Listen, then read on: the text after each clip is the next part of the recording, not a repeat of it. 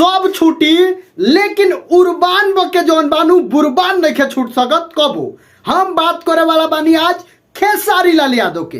खेसारी लाल यादव के एगो गाना आज आयल रहा, सुबेरे सुबेरे रिलीज भइल रहा।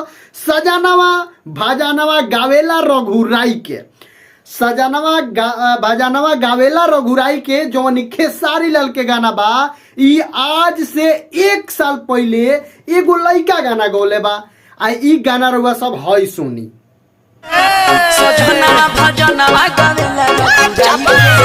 गाना सुन लनी। अब रउआ हमरा खेसारी भैया वाला गाना सुनी तो।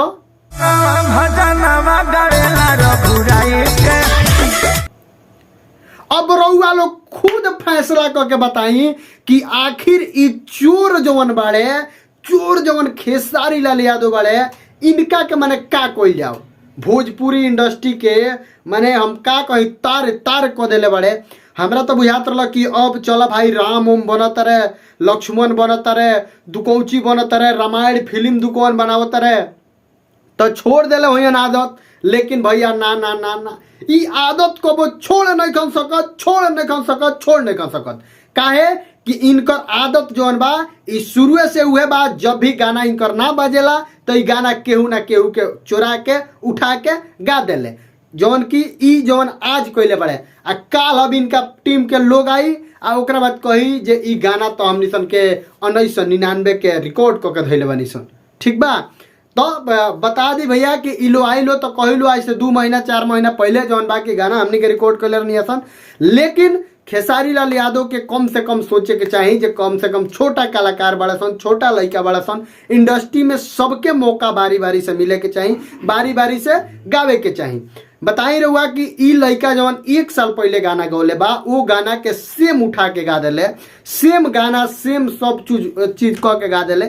थोड़ा सा इनकर आगे के बोल थोड़ा अलग बा, लेकिन जौन बा कि पंच लाइन आ धुन सब सेम बा, सब सेम उठा के गा देले। ओकरा बाद अब अगर आज भोजपुरी इंडस्ट्री के कोनो छोट कलाकार कोनो बड़ कलाकार के गाना गावता, चाहे बड़ कलाकार के बारे में कुछ बोलता, तो बड़ कलाकार कहे लगता लोग कि एकरा अंदर तमीज नहीं के, स्टार के नाम रख के, स्टार के नाम बेच के अपन नाम बनावे के चाहता। लेकिन आ भैया जौन बा कि भोजपुरी इंडस्ट्री में सबसे ज्यादा अगर केहू प्रताड़ित कइल जाला, केहू के दबावल जाला, तो उ बड़े छोट छोट कलाकार, छोट छोट गायक, जौना कलाकार के लगे रुपया नहीं है, जौना कलाकार के लगे कोनो प्रकार के पावर नहीं है, जौना कलाकार के कोनो प्रकार के पहुँच नहीं है।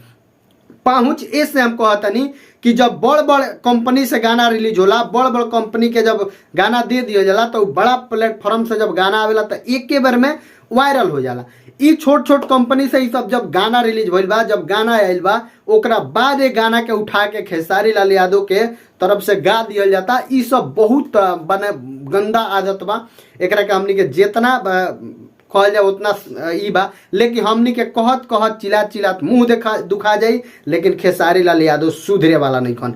आज से ना, आज से कितना गाना रहुआ सब देख ले हुकम जौन की चोरा चोरा के गोले बड़े, चोरा चोरा के सब कैले बड़े, लेकिन आज तक ले सुधरल नहीं खन।